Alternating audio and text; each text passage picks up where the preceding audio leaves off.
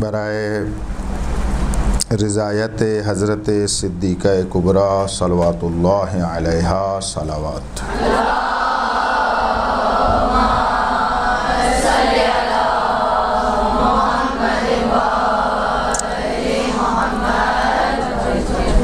اللہم صلی علی محمد و آل محمد۔ اللہم کن لولیک الحجۃ ابن الحسن صلواتک علیہ وعلی آبائہ فی ہذہ الساعۃ وفی کل ساعۃ ولیا وحافظا وقائدا وناصرا ودلیلا وعینا حتی تسکنہ وعرضک طوعا وتمتعہ فیہا طویلا یا مدبر الامور یا باعث من فی القبور یا مجری البحور یا ملین الحدید لداود علیہ السلام افعل بنا ما انت اہلہ ولا تفعل بنا ما نحن اہلہ ان تصلی علی محمد و آلہ الاطہار۔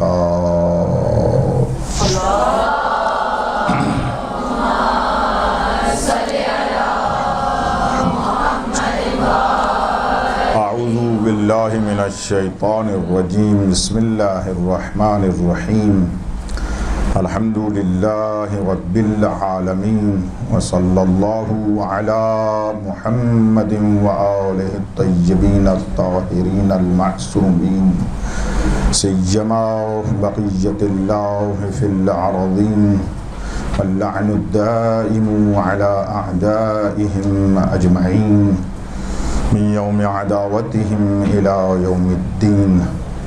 رب اشرح لی صدری ویسر لی عمری واحلل عقدۃ من لسانی یفقہوا قولی ان تصلی علی محمد وآلہ الاطہار۔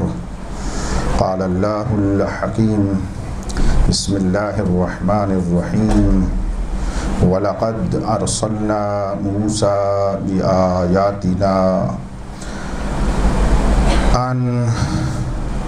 أن اخرج قومك من الظلمات إلى النور وذكرهم بأيام الله إن في ذلك لآيات لكل صبار شكور۔ موضوع ایام فاطمیہ ہے۔ مطلب اول معرفت ایام فاطمیہ ہے۔ ایام فاطمیہ ایام اللہ ہے۔ ایام فاطمیہ ایام بقائے دین اللہ ہے۔ ایام فاطمیہ وہ ایام ہیں کہ جن میں دین مبین اسلام کے عرفان کے ساتھ اس پر باقی رہنے کی قوت نصیب ہوتی ہے۔ ایام فاطمیہ اللہ کی سیاست کو نافذ کرنے کے دن ہیں۔ ایام فاطمیہ سیاست الہیہ کو قائم رکھنے کے دن ہیں۔ ایام فاطمیہ وہ ایام ہیں جن میں ہر صاحب مودت زہرا صلوات اللہ علیہا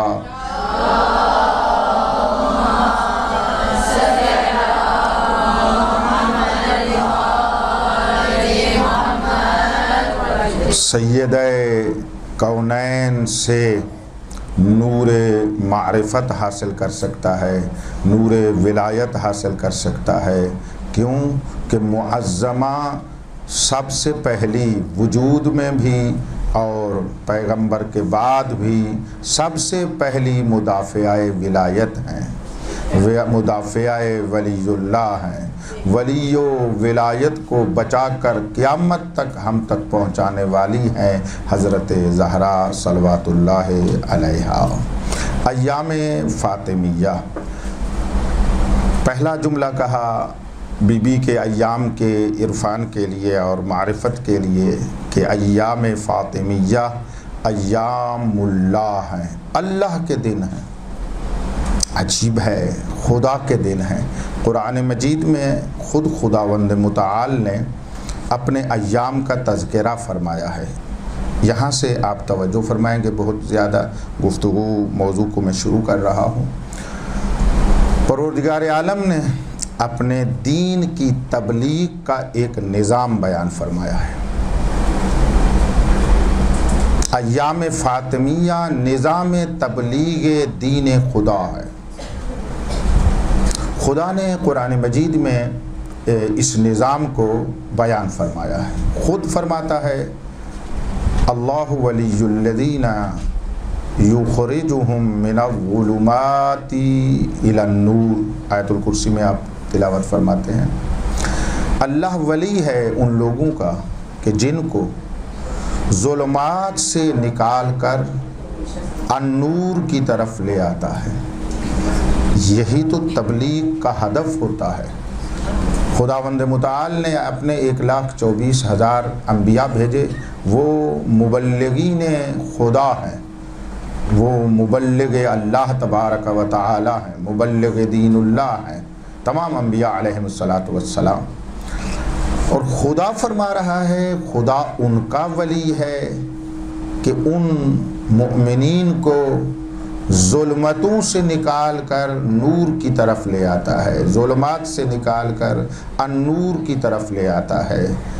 پہلی علمی تفسیری بات یہ ہے کہ ظلمات جمع ہے، نور واحد ہے، ایک ہے۔ نکالا جاتا ہے بہت ساری ظلمتوں سے، پہنچایا جاتا ہے ایک نور میں۔ یعنی ظلمتیں زیادہ ہیں، ان میں تعدد ہے، ان میں کثرت ہے، وہ زیادہ ہیں، لیکن ہر ظلمت سے نکال کر جس دائرہ میں لایا جاتا ہے وہ واحد ہے، وہ النور ہے۔ تو خداوند متعال ہر ایک کو ہر اندھیرے میں جس میں وہ ڈوبا ہوا ہے، ہر ہلاکت جس میں وہ گھرا ہوا ہے، جس میں وہ ہلاک ہو چکا ہے اور اندھیرے میں رہ کر اندھا ہو چکا ہے، اس کو کہیں نور خدا نظر نہیں آتا، وہاں سے نکال کر اپنے نور میں لے آتا ہے، تو واحد ہے۔ تو یہاں سے ایک پتہ چلا حق کی حقیقت واحد ہے، باطل کے صورتیں مختلف ہیں۔ اب آپ نے توجہ فرمائی ہے، بھئی نور ایک ہے اور وہ بھی اللہ کا نور ہے، اس میں تو شک ہی نہیں ہے۔ تو آپ جا کر، کیونکہ آپ میرے جو مخاطبین تشریف فرما ہیں ماشاءاللہ صاحبان علم و دانش افراد ہیں، اور آپ جو ہیں اس آواز کو ٹھیک کریں۔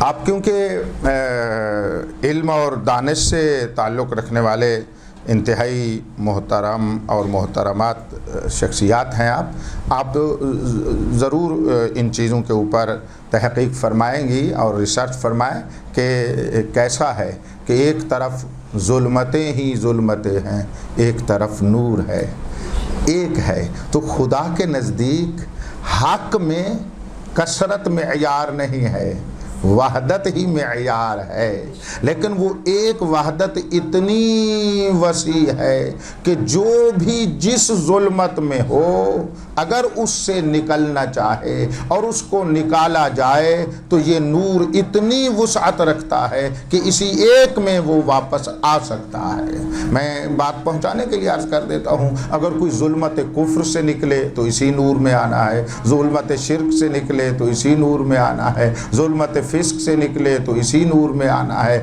ظلمت گناہ سے نکلے اسی نور میں آنا ہے، پھر جس گناہ سے نکلے اسی میں آنا ہے، جس ظلمت کدے سے نکلے ادھر ہی آنا ہے، جس فاسد عقیدہ سے نکلے حق یہی ہے، کسی غلط عمل سے نکلے پھر صحیح عمل یہی ہے۔ تو اس طرف ایک نور ہے جو حق ہے، بڑی توجہ فرمائیے گا، وہ جو حق ہے، جو اسلام ہے، جو دین ہے، جو ولایت ہے، جو واقعیت ہے، وہاں پر نماز ہے، وہاں پر روزہ ہے۔ وہ ایک نور ہے جس نے تمام صفات الہیہ کو رکھا ہوا ہے، جو تمام اسماء الہیہ کو اس نے رکھا ہوا ہے، جس نے تمام واقعیات اور کمالات کو اپنے سامنے رکھا ہوا ہے۔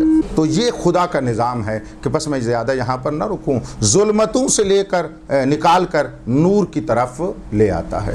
تو اس کی اب خدایا آپ کیسے ظلمتوں سے نکالتے ہیں؟ خدا تیرا کیسا نظام ہے؟ تیرے ظلمتوں سے نکال کر نور کی طرف لے آنے کا کیا انداز ہے، کیا ہے؟ تو خدا فرماتا ہے میں ہی تو خدا ہوں، میں نے آپ کو ظلمتوں سے نکال کر نور کی طرف لے آنے کے لیے اپنے جانشین بنائے ہیں، اپنے قائم مقام بنائے ہیں۔ وہ میرے اتنے خالص بندے ہیں کہ وہ بس اتنے صاف ستھرے ہیں کہ ان میں میرے رنگ کے علاوہ کوئی رنگ نہیں ہے۔ قرآن ہے نا، آپ ماشاءاللہ قرآن سے منسلک حضرات ہیں کہ جن میں ہے صبغت اللہ وَأَحْسَنُ مِنَ اللَّهِ صبغتاً، سورہ مبارکہ بقرہ ہے، اللہ کا رنگ، اور اللہ کے رنگ سے بہتر کون سا رنگ ہو سکتا ہے؟ قرآن مجید میں پروردگار عالم نے جو اپنا نظام بیان فرمایا ہے، فرما رہے ہیں کہ ہم ظلمتوں سے نور کی طرف لے آتے ہیں۔ تو پروردگارہ آپ کا ظلمتوں سے نور کی طرف لے آنے کا نظام کیا ہے؟ فرمایا ہم نے اپنے جانشین بنائے ہیں، ہم نے اپنے قائم مقام بنائے ہیں۔ ان میرے الفاظ پر آپ کو غور کرنا چاہیے۔ لفظ خلیفۃ اللہ ہم نے زیادہ سنا ہوا ہے، وہ عربی کا لفظ ہے، ہم اس کو اسی طرح بولتے ہیں۔ وہ جو اس میں روحانیت ہے، وہ جو اس میں معنویت ہے، وہ جو اس میں معرفت ہے، وہ جو اس میں حقیقت ہے، اس کی طرف ہم کم متوجہ ہوتے ہیں۔ لہٰذا میں اردو کا لفظ آپ کے لیے بول رہا ہوں جو ہمیں ذہن میں رکھنا چاہیے۔ اللہ نے اپنے جانشین بھیجے ہیں، اللہ نے اپنے قائم مقام بھیجے ہیں۔ پروردگارہ تو آپ خود کیوں نہیں آ جاتے؟ آپ ہی خود تشریف لائیں۔ فرمایا یہی مسئلہ ہے کہ آپ مجھے میری قابلیت نہیں رکھتے، اس صلاحیت میں نہیں ہے کہ میں خود خدا آؤں۔ آپ کو میں نے ایسا ہی بنایا ہے کہ تم میرے جانشین سے مربوط ہو سکتے ہو، تم میرے جانشین اور قائم مقام سے مرتبط ہو سکتے ہو۔ تو میں ان کو بتا رہا ہوں، یہ بھی ایک مرحلہ ہے، ذہن میں رکھیے گا، کبھی اس کی تفصیل دی جائے گی کہ کیسے خود خدا نہیں، اس نے جانشین بھیجے ہیں۔ لیکن یہ تو مسلم ہے کہ اس نے جانشین بھیجے ہیں۔ پہلے جانشین سے ارشاد فرمایا انی جاعل فی الارض خلیفہ، ہم نے حضرت آدم کو زمین میں خلیفہ بنایا۔ وہاں سے شروع ہوا یہ سلسلہ۔ یہ تمام انبیاء، ان کا پہلا مقام ہی یہی ہے کہ یہ اللہ کے جانشین ہیں۔ حضرت آدم سے لے کر خاتم تک تمام اللہ کے جانشین ہیں، اور حضرت خاتم النبیین سے لے کر حضرت خاتم الائمہ صاحب الزمان علیہ السلام تک سب خلیفہ خدا ہیں۔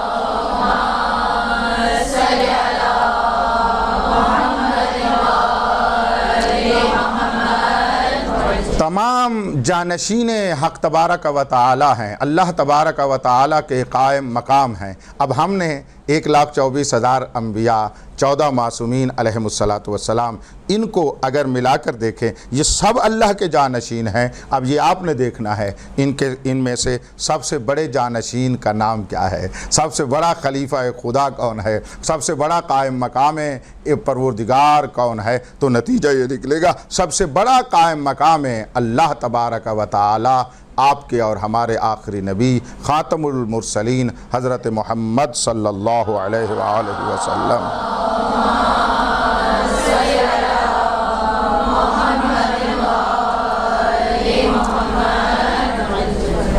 جو الخاتم لما سبق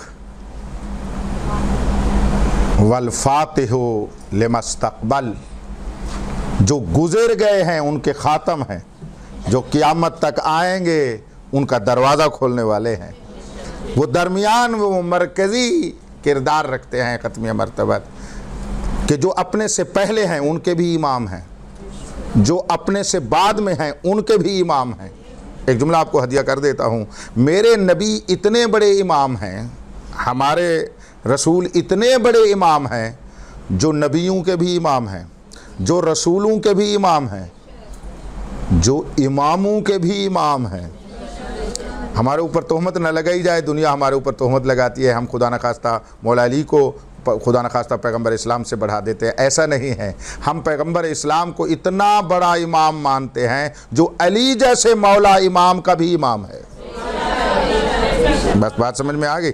یہ بات ہے، یہ خلیفہ ہیں، یہ جانشین ہیں، اس نے اپنے جانشین بھیجے، فرمایا میں اپنے جانشینوں کے ذریعے سے ظلمتوں سے نکال کر نور کی طرف لے آتا ہوں۔ تو ان میں سے ایک کا تذکرہ آپ کے لیے میں کر رہا تھا، سورہ مبارکہ ابراہیم کی 4 آیت ہے۔ حضرت موسیٰ کو جو اولو العزم نبی میں سے ہیں، فقط نبی بھی نہیں ہیں، رسول بھی ہیں اور اولو العزم بھی نبی ہیں، صاحب شریعت بھی ہیں، صاحب کتاب بھی ہیں، بڑے 5 انبیاء میں سے ایک بڑے نبی ہیں۔ اس کے بارے میں ارشاد ہو رہا ہے خداوند متعال کی طرف سے، اللہ تبارک و تعالی عز شانہ جل جلالہ اس کو ارشاد فرما رہے ہیں حضرت موسیٰ کو، وَلَقَدْ أَرْسَلْنَا مُوسَىٰ بِآيَاتِنَا، ہم نے بھیجا ہے حضرت موسیٰ کو اپنی آیات کے ساتھ۔ بڑا کمال ہے، جو جس کا جانشین ہے نا، اور جس نے اس کو اپنا جانشین بنا کر بھیجا ہے، اسی اللہ نے اپنی ہی آیات دے کر بھیجا ہے، اپنی نشانیاں دے کر بھیجا ہے۔ وہ نشانی کس چیز کی ہوتی ہے؟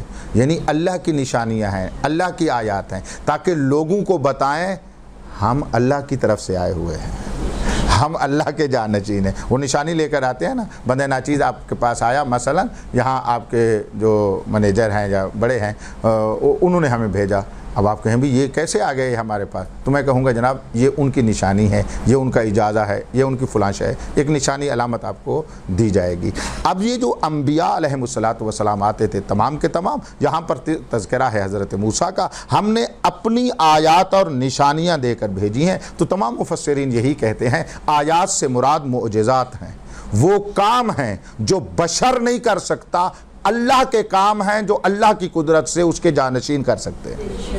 یہ جملہ میرا اسی طرح یاد رکھنا ہے، جو اللہ کے کام اللہ کی دی ہوئی قدرت سے اللہ کے جانشین کرتے ہیں۔ تو جب وہ اپنی آیات دکھاتے ہیں تو سامنے والے کو ماننا پڑ جاتا ہے کہ یہ اپنی طرف سے آیا ہوا نہیں ہے، اللہ کی طرف سے آیا ہوا ہے، کیونکہ آیات اللہ لے کر آیا ہوا ہے۔ بھئی بات روشن ہے نا بھائی، بات پوری پہنچنی چاہیے۔ مجھے آپ کو ایک مزے کی بات بتاؤں، مجھے کہا گیا آپ نے 1.5 گھنٹہ گفتگو کرنی ہے، میں اتنا خوش ہوا ہوں کہ شاید کراچی میں کبھی خوش نہیں ہوا، کیونکہ اتنا ٹائم مجھے کہیں نہیں دیا جاتا، اور ہمیں کہتے ہیں بس مثلا زیادہ سے زیادہ 40 منٹ 45 منٹ، اور انہوں نے ڈبل کر کے دیا۔ میں نے کہا یار مجھے پہلے بتاتے تو میں کوئی نیاز تبرک بانٹ کے آتا کہ 1.5 گھنٹہ یہاں کہا گیا ہے، لیکن پھر مجھے آپ کا بھی احساس ہے، کہا اس سے پہلے بھی کلاس تھی، اب بھی یہ کلاس ہے، تو یہ تھکاوٹ کا بھی احساس تو ہے اس کا مجھے۔ تو انہوں نے تو کہا ہے انشاءاللہ وہ تیار ہوں گے، تو کیسا ہے، میں حسن زن باقی رکھوں؟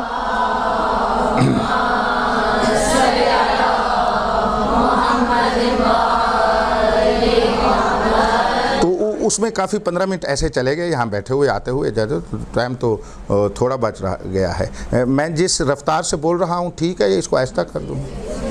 کہتے ہیں تو ایسا کر دیتا ہوں، ایسا ٹھیک ہے؟ اچھا، مطلب کیونکہ کچھ زیادہ دینا چاہتا ہوں تو تھوڑا سا میں جلدی بول رہا ہوں، لیکن جلدی بولنے کا معنی یہ تو نہ ہونا کہ مفہوم نہ ہو آپ کے لیے، میری عرض میری عرائض آپ تک صحیح پہنچنی چاہیے، بس اگر پہنچ رہی ہیں تو توجہ فرمائیے گا۔ ہوا کیا ہے، پروردگار عالم نے اپنے جانشین اپنے قائم مقام کے ذریعے سے لوگوں کو ظلمات سے نور کی طرف نکالنا شروع کیا ہے۔ تو اپنی آیات کے ساتھ، یہ بڑا ایک مطلب تھا، ہم نے بڑے سادے لفظوں میں آپ کو دے دیا۔ کیوں اپنی آیات دے کر بھیجتا ہے؟ تاکہ لوگوں کو پتہ چلے بابا یہ اپنی طرف سے نہیں آیا ہوا، اللہ کی طرف سے آیا ہوا ہے۔ لہذا ہر نبی معجزہ دکھاتا تھا، کیونکہ وہ معجزہ آیت اللہ ہوا کرتا تھا۔ غور نہیں فرمایا؟ وہ اللہ کی نشانی ہوا کرتی تھی کہ یہ قدرت میری اللہ کی طرف سے ہے، میری نہیں ہے۔ بابا ہم اپنی قدرت سے چاند کو 2 ٹکڑے نہیں کر سکتے۔ اگر کوئی انگلی کے اشارے سے چاند کو 2 ٹکڑے کر رہا ہے تو پتہ چلا اس کے پاس ہمارے والی قدرت نہیں، اللہ والی قدرت ہے۔ تو یہ آیت بن جاتا ہے بھئی، توجہ آپ نے فرما لی ہے نا، تو یہ آیت بن جاتا ہے بھئی ہم تو سورج کی گرمی سے ہی بچنے کے لیے کروڑوں اربوں روپے لگا دیے ہیں، ہم تو اس کے لیے کر ہی کچھ نہیں سکتے، لیکن اگر ایک آتا ہے اور کہتا ہے میں اللہ کی طرف سے امام ہوں اور وہ ڈوبے ہوئے سورج کو پلٹا دیتا ہے تو یہ علامت اور آیت بن جاتا ہے کہ یہ اللہ کی طرف سے آیا ہے، کیونکہ آیت اللہ لے کر آیا ہے۔ بس آپ نے توجہ فرما لیا بھی یہ اللہ کی طرف سے آیا ہے۔ برہان کیا ہے، دلیل کیا ہے، کیا میزان ہے کہ یہ اللہ کی طرف سے آیا؟ کہا اس لیے کہ یہ برہان لے کر آئے، کیونکہ اللہ کی آیت لے کر آیا۔ یہاں پر بھی خدا فرما رہے ہیں وَلَقَدْ أَرْسَلْنَا مُوسَىٰ بِآیاتِنَا، ہم نے حضرت موسیٰ کو اپنی آیات کے ساتھ بھیجا۔ قرآن تھا اس لیے میں نے تھوڑی سی وضاحت کر دی ہے، بی بی مجھے معاف کریں سیدہ، میں جلدی آپ کے یہ تمہید ہے آپ کی معرفت کے لیے، میں اصل بات کو ہی آپ کے بارگاہ میں جلدی شروع کرنے لگا ہوں۔ کیا کر ان اخرج قومک، ان اخرج قومک، اپنی قوم کو نکال، تیرا کام یہ ہے اپنی قوم کو نکال۔ کیسے؟ کہاں سے؟ کدھر؟ من الظلمات الی النور، کدھر سے نکالوں؟ ظلمتوں سے۔ کدھر لے جاؤں؟ نور کی طرف۔ یا اللہ یہ تو آپ کا کام تھا، آپ نے فرمایا اللہ ولی الذین آمنوا یخرجونہم من الظلمات الی النور۔ پروردگارہ یہ تو آپ ظلمتوں سے نور کی طرف نکالتے ہیں، تو یہ اپنے نبی کو کیوں فرما رہے ہیں؟ تو فرمائے گا نا یہی تو آپ کو میں بتانا چاہتا ہوں، جو میں چاہتا ہوں میرے ارادے کو واقع کرنے والا ہی تو میرا جانشین ہوتا ہے، میرے ارادے کو پورا کرنے والے ہی تو میرا قائم مقام ہوتا ہے۔ جو میں چاہتا ہوں ان سے، تو یہ قاعدہ مل گیا ہم کو، یہ قانون مل گیا ہم کو، اللہ کے کام اس کا نمائندہ کرے گا، یہی ذہن میں رکھنا ہے۔ اللہ کے کام اللہ کا نمائندہ کرے گا، اور جب اللہ کا کام اللہ کا جانشین کرے گا تو اس میں اللہ کی قدرت ہونی چاہیے۔ غور نہیں فرما رہے؟ اگر اس کی قدرت نہ ہو تو ہم تو سارے برابر ہیں، اولین و آخرین ہم سارے برابر ہیں، ہم تو نہیں کر سکتے، ہم نہ سورج کو ہلا سکتے ہیں، نہ چاند کو ہلا سکتے ہیں، ہم تو کسی چیز کو ہلا نہیں سکتے۔ اگر وہ نہ چاہے تو ہم تو زبان کو بھی نہیں ہلا سکتے، وہ نہ چاہے تو ہم تو آنکھ کو بھی نہیں ہلا سکتے، ہم میں تو کچھ بھی نہیں ہے۔ تو اب جو بندہ اتنے بڑے سورج کو پلٹا رہا ہے، جو بندہ ہو کر اتنے بڑے چاند کو دو ٹکڑے کر رہا ہے، تو ماننا پڑے گا اگر یہ آیت اللہ ہے، یعنی یہ معجزہ، یہ کام کرنا، یہ فعل آیت اللہ ہے، غور کیجئے گا، یہ کام آیت اللہ ہے، تو اس کے پاس بھی قدرت اللہ ہوگی، اس کے پاس بھی قدرت اللہ ہوگی۔ اس لیے ہم امام اس کو مانتے ہیں جو ارشاد فرماتے ہیں انا قدرت اللہ، ہم اللہ کی قدرت ہیں۔ اگر خدا اپنی قدرت کو دنیا میں وجود دینا چاہے تو مجھ امام کا وجود ہے، مجھ زہرا کا وجود ہے، مجھ فاطمہ کا وجود ہے، ہم قدرت اللہ ہے۔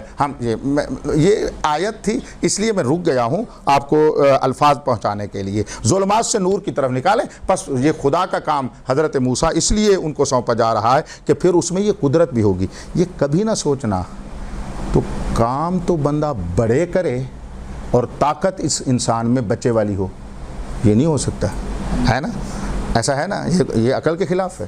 اب کام بندہ اللہ والا کرے، اس میں علم ہمارے جیسا ہو، یہ نہیں ہو سکتا۔ ہمارے جیسا یہ کہ گھنٹہ 2 5 8 اتنے سال ہم بیٹھیں پڑھیں سیکھیں تب ہمیں علم ہوتا ہے۔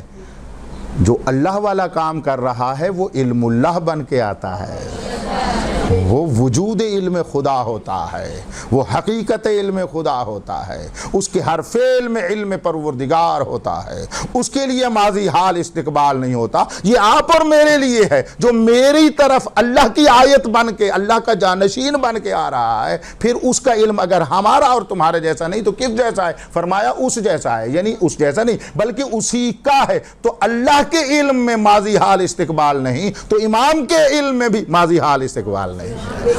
اس طرح ہم نے امام کو پہچاننا ہے، اس طرح ہم نے اپنے امام کو ماننا ہے کہ وہ خدا کی طرف سے یہ سب کچھ دیا ہوا ہے۔ تو فرمایا یہ کبھی ذہن میں نہیں رکھنا کہ وہ کام تو اللہ والے کر رہا ہو اور قدرت علم ہمارے جیسا ہو، بس ایسا نہیں کرنا۔ حضرت موسیٰ ہیں یہ کہ ان کو فرمایا جا رہا ہے ظلمات سے نور کی طرف نکالو، یہ آپ نے کرنا ہے۔ تبلیغات میں یہی ہوتا ہے، جتنا تبلیغات ہے، جتنی گفتگو ہے، جتنی ہدایت ہے، انبیاء آئے، علماء آئے، فقہاء آئے، تمام نے یہی کام کیا ہے۔ وہ ظلمتوں سے نکال کر، کم سے کم جہل کے اندھیرے سے نکال کر علم کی روشنی میں لاتے ہیں۔ اب وہ جہل بھی یہاں کا ہو تو یہاں کا، وہاں کا ہو تو وہاں کا، بہرحال وہاں جہالتوں سے اور اندھیروں سے نکال کر ہمیں علم اور نور میں لانے والے ہیں۔ یہ کام ہے تبلیغ کا۔ اب بھی ماشاءاللہ مبلغات ہیں، مبلغین ہیں، آپ بھی یہی کام کرتی ہیں۔ خداوند متعال ہمیں یہی توفیق دے۔ بس جو جس ظلمت سے نکال کر جس نور کی طرف ہم نے لے آنا ہے نا، ہمیں اس ظلمت کا علم ہو، اس نور کا بھی علم ہو۔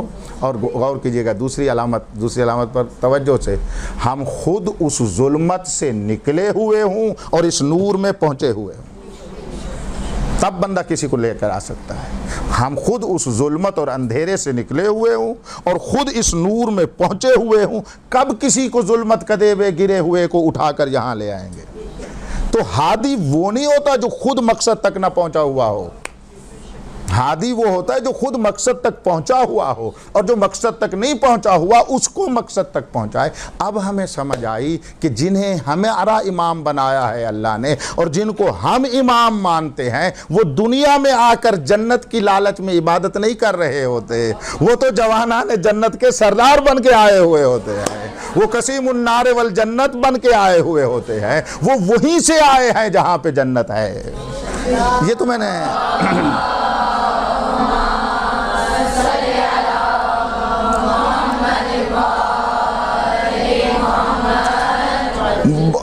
بہت سادہ جملہ میں نے کہہ دیا، بی بی مجھے معاف کریں گی، یہ آپ کی شان کے لائق نہیں تھا، مجھے ایک اور انداز میں آنا چاہیے تھا۔ یہ تو وہ ہستیاں ہیں، یہ تو میں نے ایک روٹین کا جملہ کہہ دیا، جو حقیقت ہے وہ اس سے بالا تر ہے۔ وہ حقیقت بالا تر یہ ہے، روایت میں رسول فرماتے ہیں میری بیٹی کے نور کی خیرات سے جنت کو خلق کیا گیا، حوروں کو بنایا گیا، نور کو بنایا گیا، عالم انوار سیدہ کے نور کی تجلیات سے بنا ہوا ہے۔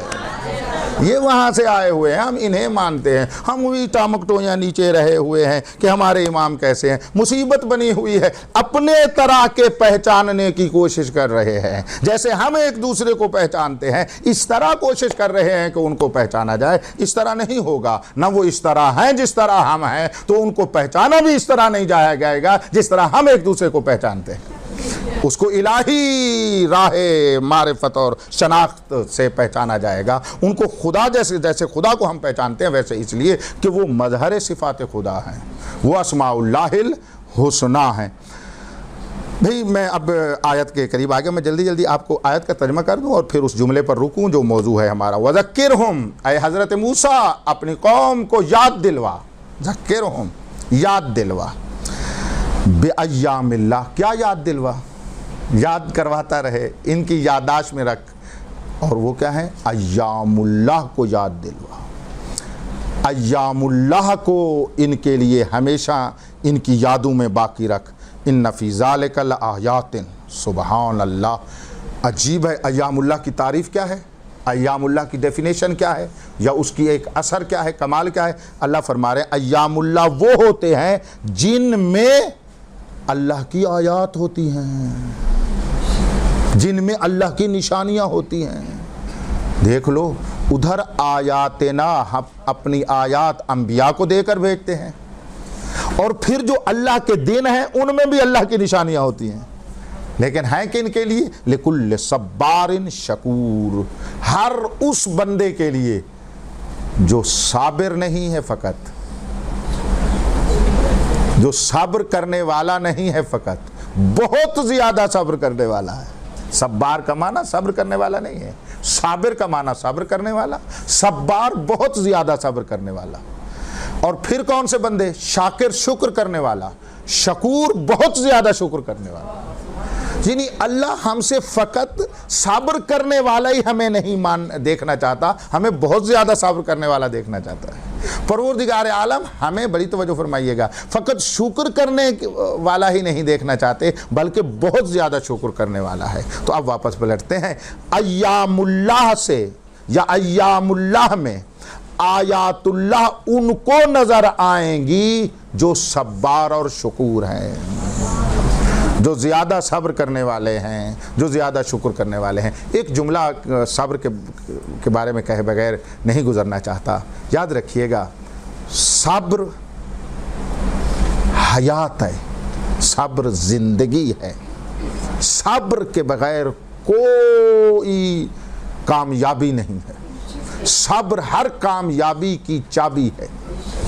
صبر ہر بلندی کا زینہ ہے، اور پھر اس بلندی پر پہنچ کر پھر صبر بعد والی بلندی کا زینہ ہے. صبر انسان کی زندگی ہے، اس کے بغیر کچھ بھی نہیں ہو سکتا.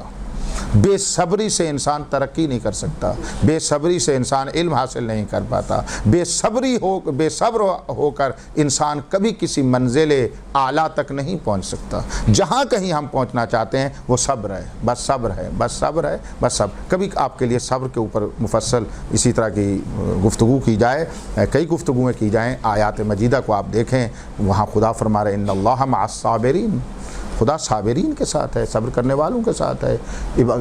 وقلیل من عبادی الشکور، بہت کم بندے ہیں جو میرے شکور بندے ہیں، زیادہ شکر کرنے والے ہیں. میں دعا کرتا ہوں آج کی مجلس کے صدقہ میں پروردگار عالم صدیقہ کبریٰ کے واسطہ سے ہم کو اپنے شکور بندوں میں شمار فرمائے، زیادہ شکر کرنے والے بندوں میں سے شمار فرمائے. بس بھئی ہم یہاں آ گئے، موضوع شروع ہو گیا کہ تو دیکھیں ایام اللہ کی پہلی بات تو یہ ہے کہ اس میں آیات اللہ ہوتی ہیں، یہ ایک بات ہے. دوسری بات جو قرآن سے ہمیں مل رہی ہے وہ یہ ہے کہ تبلیغ دین میں ظلمات سے نور کی طرف نکالنے میں ایام اللہ کا یاد رکھنے کا بنیادی کردار ہے. ایام اللہ کا اتنا بنیادی کردار ہے کہ ہمیں اس کو یاد رکھنا چاہیے. یہ بات، دو باتیں یہاں قرآن سے ہمیں مل گئیں. اور تیسری بات ہم نے آپ کو عرض کی ہے کہ یہی نظام تبلیغ الہی ہے، اور تبلیغ بھی آپ کی اور میری فقط نہیں، انبیاء علیہ السلام کی، اللہ کے جانشینوں کی، اللہ کے قائم مقاموں کی، اللہ کے معصوم مبلغین کی. جب معصوم مبلغ ایام اللہ سے تبلیغ کرتے ہیں تو ہم بیچارے اس کے بغیر کیسے تبلیغ کر سکتے ہیں؟ اللہ نے اپنے معصوم انبیاء کے لیے تبلیغ کا راستہ ایام اللہ کے ذریعے سے بنایا ہے، تو ہمارے لیے کیسے یہ راستہ نہیں ہو سکتا؟ بس ایام اللہ کو تو ہم نے اور حکم بھی ہوا ہے، حکم ہوا جناب حضرت موسیٰ کو ذکرہم بایام اللہ، ان کو ایام اللہ یاد دلواؤ. اور یہ ذکر امر ہے، حضرت موسیٰ پہ واجب تھا. اگر حضرت موسیٰ پر واجب ہے، ہمارے اوپر بہت بڑا واجب ہے. وہ معصوم ہو کر ایام اللہ کا سہارا لے رہے ہیں، ہم غیر معصوم ہو کر کیسے ایام اللہ کا سہارا نہ لیں؟ ہم کیسے بغیر ایام اللہ کے کچھ کر سکتے ہیں؟ اگر سیدہ کے دن نہ ہوتے، سیدہ کے اوپر گفتگو کرنا مشکل ہو جاتا ہے. سیدہ کے دن ہیں تو سیدہ کی بات کی جا رہی ہے. اب آگے بڑھتے ہیں، میں آپ کی خدمت عالیہ میں آگے بڑھا کر لے جاؤں. بھئی یہ ایام اللہ، اللہ کے دن، پروردگارہ ہمیں اپنے دن تو سمجھ آتے ہیں، یہ آپ کے دن سمجھ نہیں آ رہے. کیسے آپ کے دن ہیں؟ ہمارے دن مجھے سمجھ آتے ہیں. جی برتھ ڈے، جس دن دنیا میں ہم آئے، یہ ایک دن ہو گیا. بھائی ہمارے دن ہیں. تھک رہے ہو آپ؟ تھک تو نہیں رہے؟ نہیں تھکے ہوئے ہیں آپ.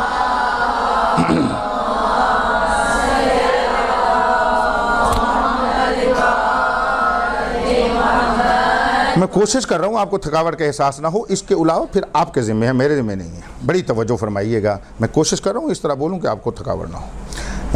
پروردگارہ ہمیں اپنے دن تو سمجھ آ رہے ہیں. ہم جس دن پیدا ہوئے وہ ہمارا دن، جس دن ہماری وفات ہوگی یا ہوئی ہے کہ گزشتہ ہماروں کی، وہ ان کا دن سمجھ آ رہا ہے. کوئی ہماری خوشی کا دن، جو بہت زیادہ خوشی ملی ہو، بہت زیادہ کامیابی ملی ہو، وہ ہمارا دن.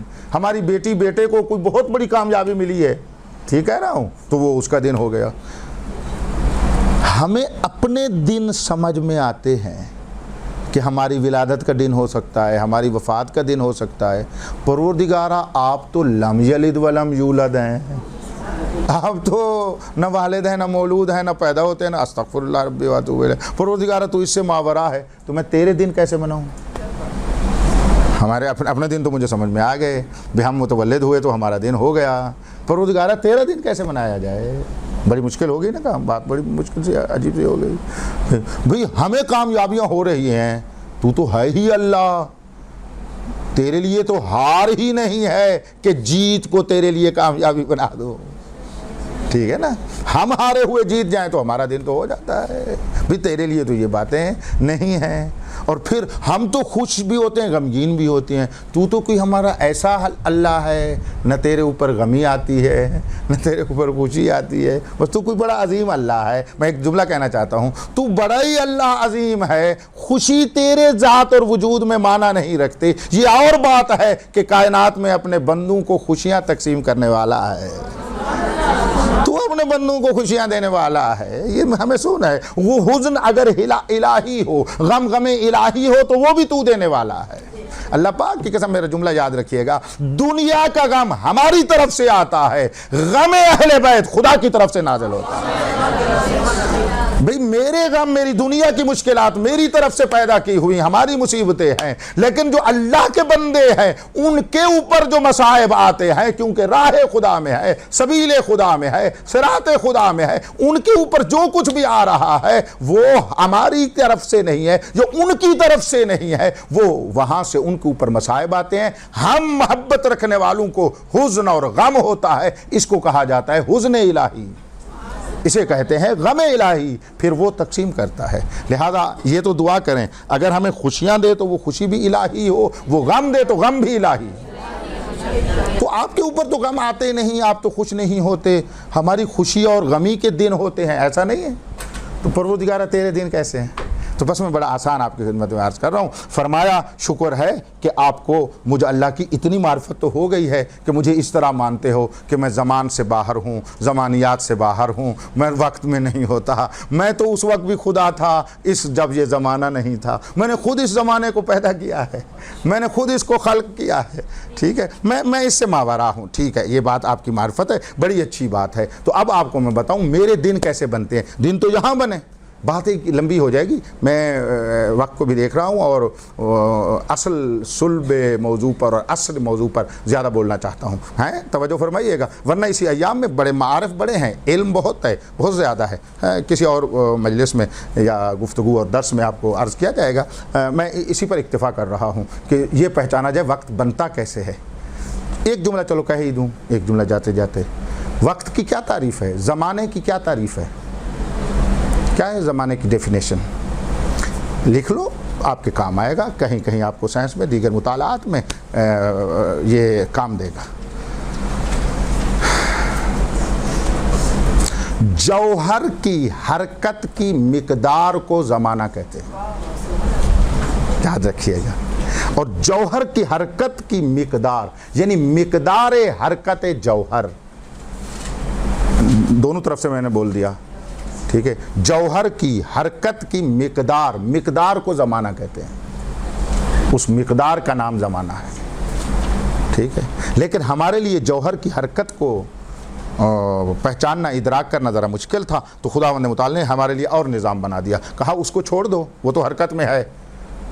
اچھا, دنیا کی ہر چیز حرکت میں ہے؟ بولو بولا. یہ پہاڑ کہاں حرکت میں ہے, یہ دیوار کہاں حرکت میں ہے, کھڑی ہے. پہاڑ حرکت میں نہیں ہے. اب میں وہ کہہ رہا ہوں کہ جوہر کی حرکت کو ہم درک نہیں کر سکتے, حرکت میں ہے. قرآن پڑھو, پہاڑ سب سے سخت ترین شے ہے اور سب سے ساکن ترین شے نظر آتی ہے کہ فلاں ایسے کھڑا ہے جیسے پہاڑ ہو. بھئی بڑا سخت بھی ہے, اس میں اندر حرکت بھی بولو نہیں ہے. لیکن خدا کیا فرما رہا ہے جو اس کا خالق ہے؟ فرماتے ہیں تم اس پہاڑ کو دیکھو, تمر مر السحاب, یہ ایسے چل رہے ہیں جیسے بادل چل رہا ہوتا ہے.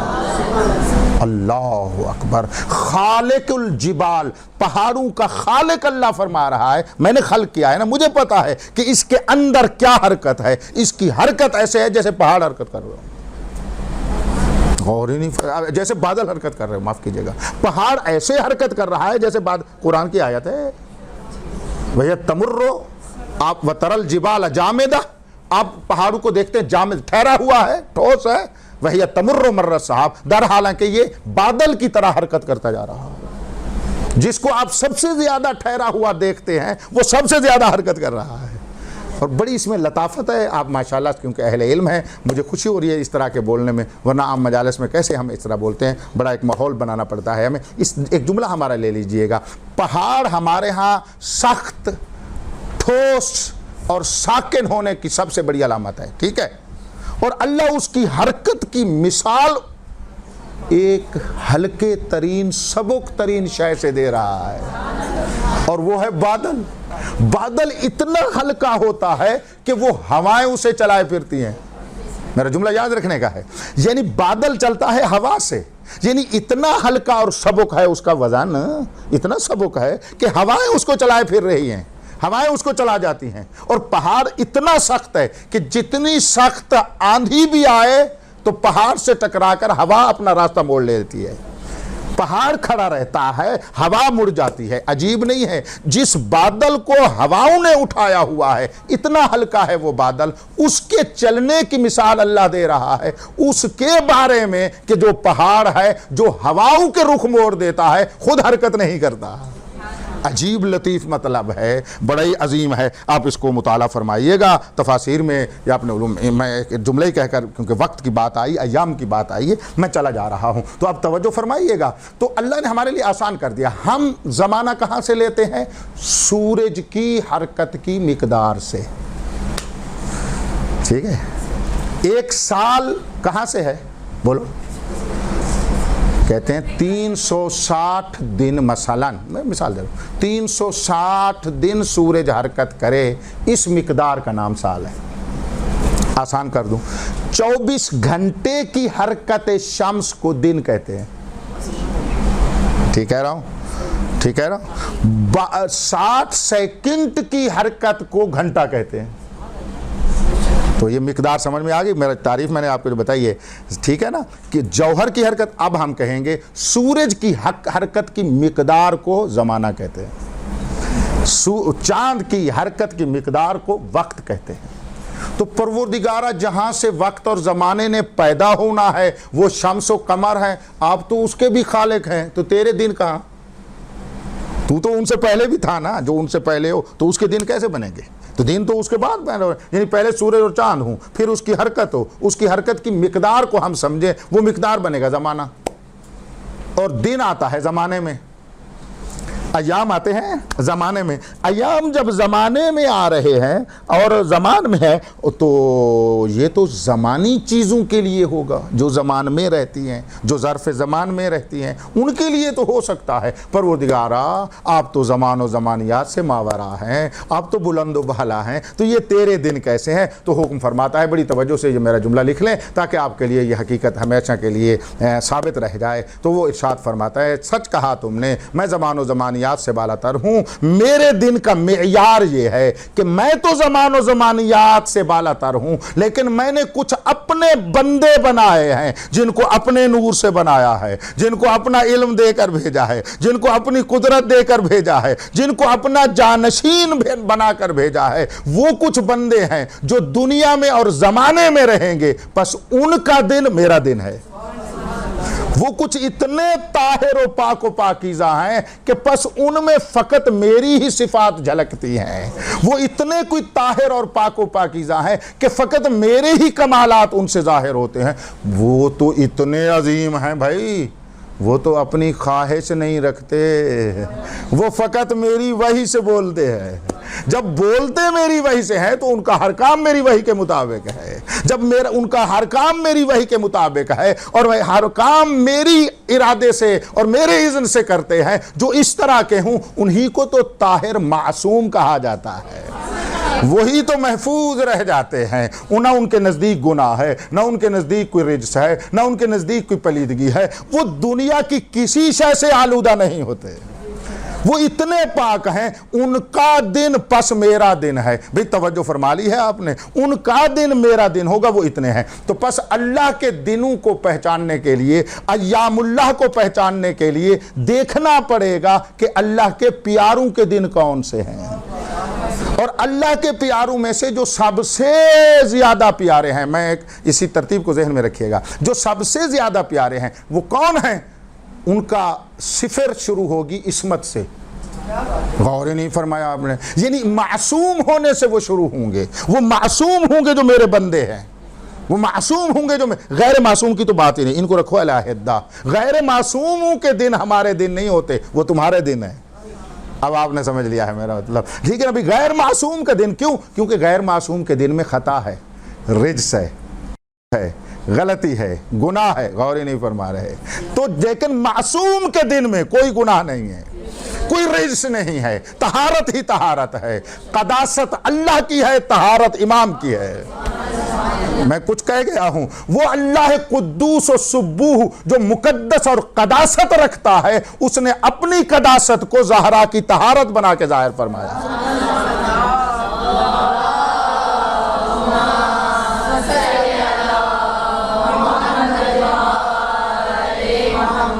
الحمدللہ رب العالمین. بات پہنچ گئی ہے.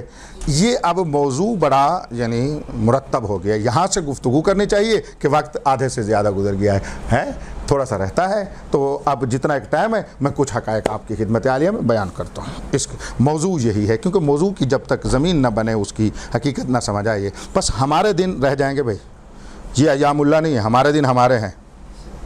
کسی بندے کے دن کو اللہ کے دن کی طرف نسبت دینے کے لیے اس بندے کا پہلے معصوم ہونا ضروری ہے. الحمدللہ رب العالمین. اس میں ارادہ خدا ہوگا، اس میں عصمت خدا ہوگی، اس میں علم الہی ہوگا، اس میں قدرت الہیہ ہوگا. تو اس آیہ مجیدہ کی سورہ ابراہیم کی 4 آیت کے ذیل میں ایک فرمان میرے علم کے سمندر امام کشاف الحقائق لسان اللہ ناطق حضرت صادق علیہ الصلاۃ والسلام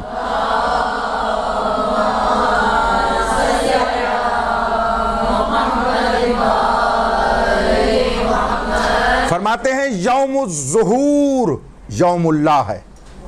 واہ واہ واہ واہ واہ واہ. صاحب الزمان کے ظہور کا دن یوم اللہ ہے. بڑے بڑے مثالوں کے طور پر مولا فرما رہے ہیں، منحصر نہیں ہے. یہ یوم اللہ ہے. اچھا، یوم الرجوع جس کو یوم الرجعہ کہا جاتا ہے، رجعت کا دن یوم اللہ ہے. رجعت کا دن یوم اللہ ہے. اور فرمایا یوم الموت. بڑی توجہ فرمائیے گا، جب موت آتی ہے نا وہ بھی اللہ کا دن ہے. ہماری تمہاری تو نہیں ہے نا، ہماری تمہاری تو ہمارا دن ہے. میں پہلے کہہ چکا ہوں، بڑی توجہ سے آپ نے سماعت فرمانا ہے. ہماری تمہاری نہیں. جب ان معصوم کے لیے وفات اور شہادت بن کے آ جائے تو پھر وہ بھی یوم اللہ بن جاتا ہے. چوتھا فرمایا یوم القیامہ. قیامت کا دن بھی اللہ کا دن ہے. بڑے بڑے دن اللہ نے مولا نے اللہ کی طرف سے بتا دیے ہیں، باقی ایام کو ہم نے سمجھنا ہے. بس میں ذرا مختصر کر رہا ہوں. اچھا، ویسے یوم کا ایک معنی تو یہی ہے جو میں نے بتا دیا، یعنی کیا؟ زمانے کی مقدار کا نام ہے. یوم کہیں گے سورج کی حرکت میں مثلاً 12 گھنٹے اگر پورے شب و روز کو ہم لے آئیں عرفی زبان میں، تو پورے 24 گھنٹے جو ہیں وہ ایک دن ہے. اور کبھی کبھی یوم کہا جاتا ہے فقط روشن حصہ جو ہے اس کو دن کہا جاتا ہے، اس کو دن. اس میں ہم چلے گئے تو بات ذرا لمبی ہو جائے گی، رکنا نہیں چاہتا ہوں، باتیں بہت ہیں. تو یوم فقط روشن حصے کو کہتے ہیں. یعنی فرض کریں 12 گھنٹے، جتنے گھنٹے کا دن ہے آج کل، جتنے گھنٹے کا دن بن رہا ہے، مثلاً 12 گھنٹے کا اگر بن رہا ہے، مثال دے رہا ہوں، تو اس کو دن کہا جائے گا. کبھی کبھی یوم تنہا استعمال ہوتا ہے، کہیں پر پورے 24 گھنٹے مراد ہوتے ہیں. جب یوم لیل کے مقابلے میں ہو، دن رات کے مقابلے میں استعمال ہو، پھر یہی نورانی اور روشن زمانہ مراد ہوتا ہے. رات مراد، اندھیرا مراد نہیں ہوتا. بات سمجھ میں آ گئی ہے یا نہیں آ گئی؟ تو اس کو اب یہاں پر عجیب ہے، بڑی آپ کو ایک عظیم الشان بات ہدیہ کرنے لگا ہوں. تو یوم کا جو مفہوم ہے نا عربی لحاظ سے اور اردو میں بھی ایسے، وہ کہتے ہیں روشنی اور روشن کو، ظہور کو، جو چیز ظاہر ہو. یہ لغوی معنی ہے. یوم یعنی روشن، یوم یعنی روشنی، یوم یعنی نور. اس کے ظاہر ہونے کی وجہ سے، تو جو آپ نے فرمایا، اس کے ظاہر ہونے کی وجہ سے اس کو یوم کہا جاتا ہے. اور رات کے مخفی ہونے کی وجہ سے اسے لیل کہا جاتا ہے. ہماری ایک گفتگو ہے بڑی مفصل، آپ تک نہیں پہنچی ہوئی ہوگی، لیل و نہار پر کوئی 5 گفتگویں ہیں، تقریباً 7 گھنٹے کی گفتگو ہے، کبھی آپ کی خدمت عالیہ میں عرض کریں، اسی بی بی کے موضوع پر ہے، وہ بھی سیدہ کی معرفت کے موضوع پر ہے کہ بی بی لیلۃ القدر ہیں تو یہ کیسے ہے، انشاءاللہ کبھی آپ کو عرض کر دیا جائے گا۔ آج ہم جو ایام اللہ پہ بیٹھے ہیں، یہ آپ کی خدمت عالیہ میں عرض کرنا چاہتا ہوں۔ ان تمام عظیم علمی معرفتی باتوں کی تمہید کے بعد ہم سیدہ کے دنوں کی عظمت کو پہچاننا چاہتے ہیں۔ اب ان 2 چیزوں کو آپس میں ملا دیں۔ یوم کے معنی لغوی اور مفہوم میں ہے، توجہ فرمانا، ظہور، نور، روشنی، روشن، یہ 4 کلمے جو بھی آپ کو مناسب لگے اس کو رکھیے گا۔ دوسری طرف اس کے جی سوال ہے کوئی؟ اچھا دوسری طرف مثلا 12 گھنٹوں کی مقدار حرکت شمس کو دن کہتے ہیں، اس کو آپ اپنے پاس رکھیے گا دونوں کو۔ اللہ کا دن وہ ہے جو یہ روشنی، اس روشنی کو ذہن میں لے کر آنا ہے، جو اس کے جانشین کا دن ہوگا وہ اللہ کا دن ہوگا، ٹھیک ہے؟ اب ان دونوں کو میں ملا رہا ہوں۔ جس دن میں اللہ کے کمالات اور صفات اللہ کے جانشین سے ظاہر ہوں، وہ اس اللہ کے بندے کا یوم ہونے سے پہلے اللہ کا یوم ہوگا۔ میں نہیں پہنچا سکا، توجہات نہیں تھی، میں ایک مرتبہ پھر عرض کرتا ہوں۔ مفہوم یوم میں نور، روشنی ہے، اور مقدار بھی آپ کو سمجھ میں آ گیا ہے۔ اللہ ان سے مبرہ اور اعلیٰ و عرفہ ہے۔ اس نے کہا ہے میرے دن ہونے کا معیار یہ ہے کہ میرے بندے میں نے بنائے ہیں، جو میرے معصوم بندے ہیں ان کا، غیر معصوم کا نہیں، جو میرے معصوم بندے ہیں کیونکہ وہ بالکل آئینہ ہے میری صفات کا، اتنے شفاف ہیں کہ میری صفات ان میں نظر آتی ہے، اتنے صاف و شفاف ہیں کہ میرے اسماء ان میں نظر آتے ہیں، وہ اتنے نظر آتے ہیں کہ میں نے ان کو اپنا اسم بنا دیا ہے، میں نے ان کو اپنی صفت بنا دیا ہے۔ لہٰذا یہ خدا اگر فرماتا ہے وَلِلَّهِ الْأَسْمَاءُ الْحُسْنَى فَادْعُوهُ بِهَا، سورہ اعراف آیت نمبر 180 میں کہ اللہ کے اسماء حسنہ ہے، تم نے مجھ تک اگر پہنچنا ہے میرے اسماء کے ذریعے سے پہنچو، تو یہ معصوم بندے کہتے ہیں امام صادق علیہ السلام نحن واللہ اسماء اللہ الحسنى، ہم ہی وہ اللہ کے اسماء حسنہ ہیں۔ یہ اتنے شفاف ہیں کہ اسماء اللہ بن گئے ہیں، یعنی ان کی ذات اور وجود میں صفات الہیہ کے علاوہ نظر ہی کچھ نہیں آتا، لہٰذا ان کا دن اللہ کا دن ہوگا، مجھ جیسے گناہگار کا دن اللہ کا دن نہیں ہو سکتا۔ یاد رکھیے گا یہ میری بات۔ اب میں اس کو معنی کر رہا ہوں، بڑی توجہ فرمائیے گا۔ دن ہونا ہے اللہ کا، نسبت اللہ کی طرف ہے، تو اللہ کی طرف نسبت کیسے ہوگی؟ جب اللہ کے جانشین کے دن میں اللہ کی صفات اس اللہ کے جانشین سے ظاہر ہوں۔ آپ سمجھ میں آیا؟ وہ نور، وہ روشنی اس طرح ہوگی کہ اس کے جانشین سے اللہ کی صفات ظاہر ہو رہی ہیں، تو اس دن کو اللہ اپنا دن بنا دیتا ہے۔ الحمدللہ رب العالمین۔ اے سیدہ زہرا صلوات اللہ علیہا، بے لامحدود آپ پر اللہ کی صلوات اور درود ہوں۔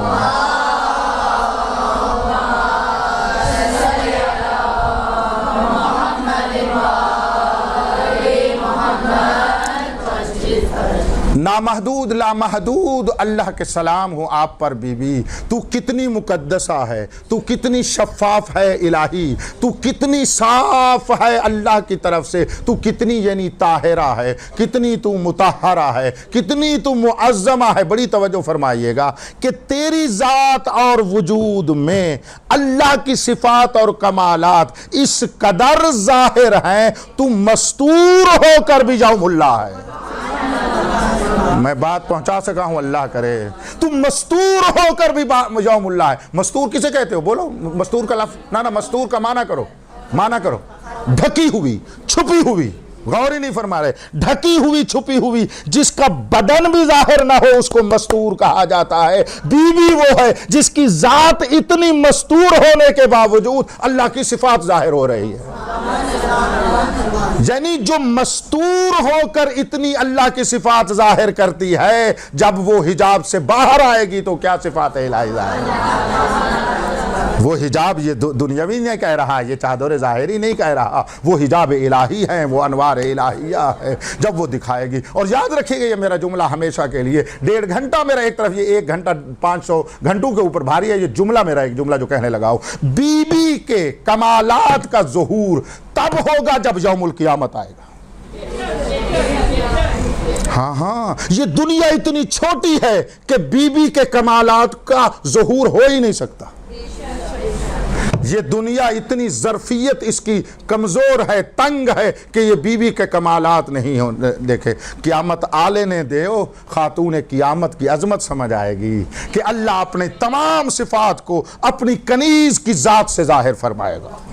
نور ہوگا تو بی بی کی ذات سے، اس کے کمالات ہوں گی تو بی بی کے اس سے، تمام مواقف قیامت جہاں جہاں پر ٹھہرنا ہے، نور ہوگا تو نور فاطمی ہوگا۔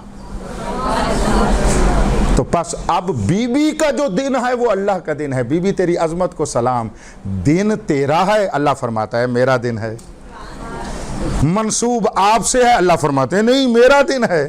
پروردگارہ وہ کیسے، میں ایک جملہ کہنا چاہتا ہوں، یعنی اگر ایک دن کی نسبت حضرت زہرا سے ہو جائے تو اللہ فرماتے ہیں یہ زہرا کے دن ہونے سے پہلے میرا دن ہے۔ اگر ذکر فاطمی ہو تو وہ کیسے ذکر اللہ نہیں ہوگا؟ او بھائی ایک زمانہ اس سے منسوب ہو جائے تو وہ اللہ کا زمانہ اور وہ اللہ کا دن ہو جاتا ہے، تو اگر اس کا ذکر ہوگا تو وہ کیسے ذکر اللہ نہیں ہوگا؟ خدا نے اپنا ذکر قائم کیا ہوا ہے ذکر فاطمہ سے، ذکر حضرت زہرا سے۔ وہ 3-4 نمونے میں نے آپ کو بتائے، بی بی کو ان میں دیکھو کیا ہے، بڑی تو یوم الظہور، حضرت کے ظہور کا دن۔ اس دن بھی سب سے بڑا کام جو ہوگا، صاحب الزمان اللہ کا جانشین بن کے اللہ کی طرف سے بطول کے قاتل سے انتقام لے گا۔ تو ہو گئی بات نا، تو وہ بھی تو بی بی کا دن ہے۔ یوم ظہور صاحب الزمان اس کی اماں کا دن ہے، وہ مگر اپنے اماں کے ارادے کے بغیر حرکت فرماتے ہیں، ہو ہی نہیں سکتا۔ جو امام فرما رہے ہیں، مولا کا یہ فرمان سنا ہوا ہے، لکھ لو، صاحب الزمان فرماتے ہیں فبنت رسول اللہ لی اسوۃ حسنہ۔ ایک مرتبہ پھر کہتا ہوں، لکھ لو، فی علیحدہ لفظ کہتا ہوں، فی ابنت رسول اللہ لی، آخر اس کے بعد ہے لی اسوۃ حسنہ۔ یہ حدیث صاحب الزمان کا کلام ہے۔ فرماتے ہیں اللہ کے رسول کی بیٹی میں مجھ صاحب الزمان خاتم الائمہ کے لیے اسوہ حسنہ ہے۔ واہ واہ واہ واہ واہ واہ واہ واہ۔ فرمایا لقد کان لکم فی رسول اللہ اسوۃ حسنہ۔ قرآن میں اللہ فرماتا ہے رسول اللہ میں تم مومنوں کے لیے حسنہ حسنہ ہے، اسوہ حسنہ ہے، تمہارے لیے رسول اللہ میں اسوہ حسنہ ہے۔ صاحب الزمان فرماتے ہیں میرے لیے فاطمۃ الزہرا میں اسوہ حسنہ ہے۔ تو ماننا پڑے گا یہ 2 چیزیں نہیں ہیں، یہیں یہ بات لیتے چلے جاؤ، یہ 2 چیزیں نہیں ہیں، 2 چیزیں نہیں ہیں، یعنی رسول اللہ کا اسوہ جدا ہو، رسول بنت رسول اللہ کا اسوہ جدا ہو، ایسا نہیں ہو سکتا۔ بڑی توجہ فرمائیے گا، ایسا نہیں ہو سکتا، بلکہ یہ فقط جنم اور ظاہری بدن کے لحاظ سے بیٹی نہیں ہے، یہ ظاہری جنم کے لحاظ سے بیٹی نہیں ہے، یہ اس کے وجود کی بیٹی ہے۔ جیسے محمد ہے مردوں میں، ویسے فاطمہ ہے عورتوں میں۔ جملہ آپ نے لے لیا، لیکن میں اس پہ راضی نہیں ہوں، میں جس طرح اس کو کہنا چاہتا ہوں وہ میں آپ کو ابھی ہدیہ کرتا ہوں، عرض کرتا ہوں، توجہ فرمائیے گا۔ یعنی اسوۃ الرسول ہی اسوۃ فاطمہ ہے، اسوۃ الرسول ہی اسوہ فاطمۃ الزہرا ہے، اور اسوہ زہرا اسوۃ الرسول ہے۔ یہ کوئی 2 اسوے نہیں ہیں، فرد بدل گئے ہیں، حقیقت ایک ہے، اور وہ حقیقت بولو محمدیہ ہے۔ ایک حدیث ہے آپ نے سنی ہوئی ہے، آپ کو یاد بھی ہے، آپ میں سے ذاکرات تشریف فرما ہیں، عالمات تشریف فرما ہیں، آپ معلمہ ہیں، آپ کو یہ حدیث آتی ہوگی، بچے کو بھی آتی ہے، بچوں کو آتی ہے، 5 سال کے بچے مومن کو آتی ہے۔ کون سی؟ اولنا محمد، آخرنا محمد، اوسطنا محمد۔ آپ نہ بولے میں بولتا ہوں، کلنا محمد، ایسا ہے نا؟ اس کلنا میں 14 ہے نا، ان 14 میں حضرت زہرا ہے یا نہیں؟ غور ہی نہیں فرمایا۔ کچھ کہنا چاہتا ہوں، ہمارے ذہنوں میں جب محمد آئے، کیونکہ حضرت مرد ہیں، تو نہ سمجھنا کہ محمد فقط مرد ہوتے ہیں، مستور نہیں ہوتی۔